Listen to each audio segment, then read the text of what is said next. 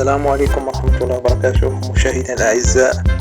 أعلن نادي نيوكاسل الإنجليزي دخول سباق الفوز بصفقة التعاقد مع الدولي المغربي حكيم زياش لاعب تشيلسي الإنجليزي خلال فترة الانتقالات الشتوية المقبلة،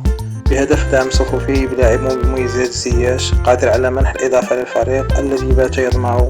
للعب أدوار مهمة في منافسة الدوري الإنجليزي الممتاز بريمير ليج. وأفادت تقارير إعلامية إنجليزية أن إدارة نادي نيوكاسل تراقب وضعية زياش مع ناديه الحالي تشيلسي، وتتطلع للفوز بتوقيع اللاعب بإعزاز من الإنجليزي إيدين هاو مدرب الفريق الذي يسعى من جهته إلى تعزيز خط هجومي فريقه من أجل مواصلة المنافسة على لقب الدوري الإنجليزي. من جانبه اشترط وكيل الدولي المغربي حكيم زياش حصول موكل على راتب سنوي يصل إلى 8 ملايين يورو من أجل التوقيع لفريق AC ميلان الإيطالي خلال فترة الانتقالات الشتوية المقبلة. ودون تحقيق هذا الشرط فإن موكله لن يقدم على خطوة الانتقال إلى ميلان.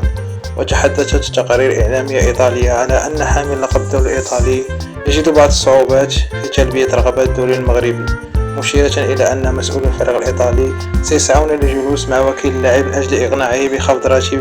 راتب زياش حتى يتمكن الفريق الإيطالي من إبرام الصفقة والاستفادة من خدمات الدوري المغربي خلال فترة الانتقالات الشتوية المقبلة.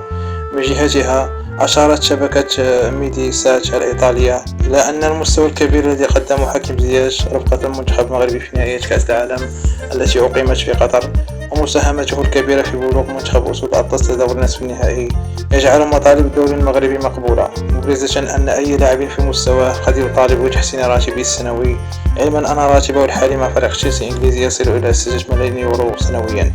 ويسعى وكيل حكيم زياش إلى استغلال المستوى الكبير الذي ظهر به موكله في نهائيات كأس العالم التي أقيمت في قطر من أجل تمكين لاعبه من مغادرة فريق تشيلسي الإنجليزي والتوقيع لفريق جديد يمكن للاعب إيجاد آفاق أرحب للاعب وتجاوز مرحلة الفراغ التي عاشها مع الفريق الإنجليزي الذي عانى معه كثيرا بسبب بقائه لفترات كثيرة في مقاعد البدلاء. ولعب زياش رفقة ناديه تشيلسي 92 مباراة سجل خلالها 14 هدفا ومد زملائه في الفريق ب10 تمريرات حاسمة، بما لم يستطع النجم المغربي لعب سوى 270 دقيقة في جميع المسابقات هذا الموسم بقميص الفريق اللندني.